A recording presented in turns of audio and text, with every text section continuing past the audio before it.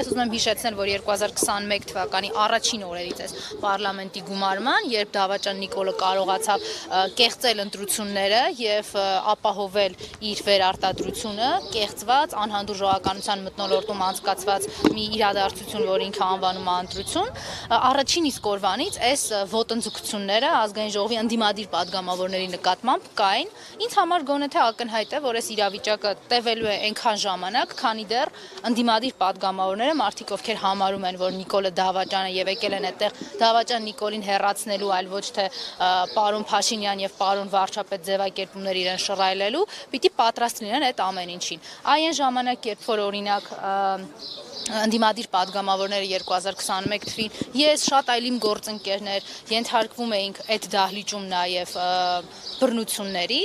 այդ ժամանակահատվածում պիտի ազգային ժողովի падգամավորների, ընդդիմադիր падգամավորների վարքագիծը լիներ մի քիչ այլ, պետք չէր 20 րոպե հետո գալ դահլիճ եւ փորձել ՔՊ-ականների հետ աշխատանք ցույց տալ։ Այ միգուցե մենք այլ ընտրանքային գոնե տեսական հնարավորություն կունենայինք այսօր չունենալու այս խուլիգանական դրսևորումը։ Ես համարում եմ, որ այս ամեն ինչի մեջ մեր մեղքի բաժինն այն է, որ մենք 2021 թվականից եւ որոշ ընդդիմադիր падգամավորներ ամբողջությամբ չեն գիտակցել այն ծանրությունը եւ այն դահլիճի իրավիճակը, որ գոյություն ունի ՔՊ-ականների արկայության դեպքում։ Հալեն Սիմոնյանը այնտեղ ազգային ժողովի նախագահ չէ, Հակոբ Արշակյանը այնտեղ փոխնախագահ չի, Նիկոլը այնտեղ վարչապետ չի, այնտեղ ՔՊ-ական падգամավորներ չեն նստած, որոնց հետ ինչ-որ բանավիճելու եք կամ սուր քննարկումներ եք ունենա։ Պետք է պատրաստ լինել կամ իրենց տար համարժեք հակահարված կամ մշտապես ականատես լինել այս բռնության տեսարաններին։ Այդ պահին չգիտակցեցին, այսօր գիտակցում են եւ իրավիճակը հնարավոր է այդ այլ ընտրանքային հնարավորություն, ինչի մասին նշեցիք, համարել impeachment-ը կամ իրավիճակը փոխել հենց այդ անվստահության գործիքով։ Դա իմ խոսքերով չի, որ փոխվելու է, վարքագծով պիտի փոխվի,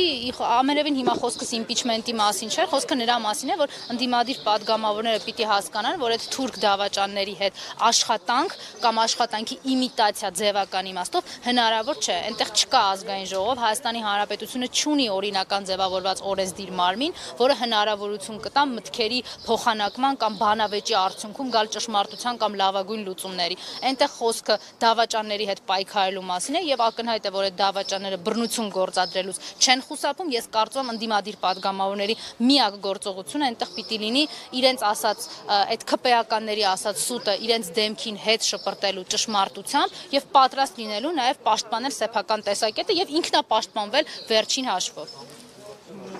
Impeachment-ի մասով ես կարծում եմ, որ ցանկացած գործիք եւ վարքագիծ, որը Նիկոլի դեմ է, մեզ համար պիտի լինի ողջունելի, ինձ համար միևնույն է, ով է նախաձեռնում, ով է պատրաստ Նիկոլի դեմ պայքարել, մենք մեր վարքագծով ենք հանրապետական կուսակցությունում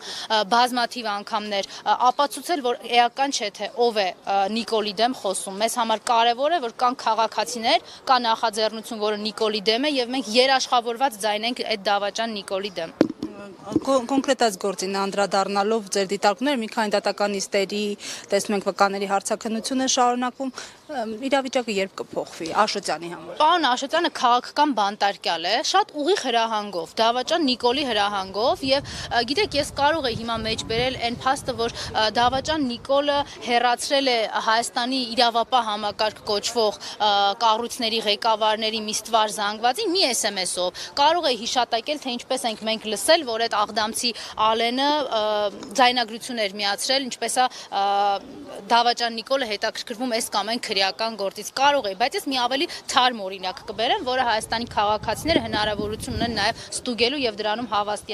հավաստիանալու նաև լրատվականների տված տեղեկություններից։ Ուրեմն 2 շաբաթ է արդեն ազգային ժողովում իբր քննարկվում են հաղորդումները տարբեր իրավապահ մարմինների, հակակոռուպցիոն կոմիտե, քննչական կոմիտե, դատախազություն, ինչ որ գալիս են, ինչ որ բաներ են ուզում խոսել։ Ես ձեզ խնդրում եմ ուշադրություն դարձնել ոչ թե հորինած տեքստերի կամ անգիր արած տեքստերի վրա, որոնք հնչում են ազգային ժողովի ամբիոնից, այլ այն վարքագծին, որ իրենք դրսևորում են ազգային ժողովի դահլիճում։ Չկա գեթ մեկ ՔՊ падգամավոր, որ չի մոտենում քննչական կոմիտեի նախագահին, ինչ որ բան է նա գրում, այսինքն ինչ որ խնդրանք են անում,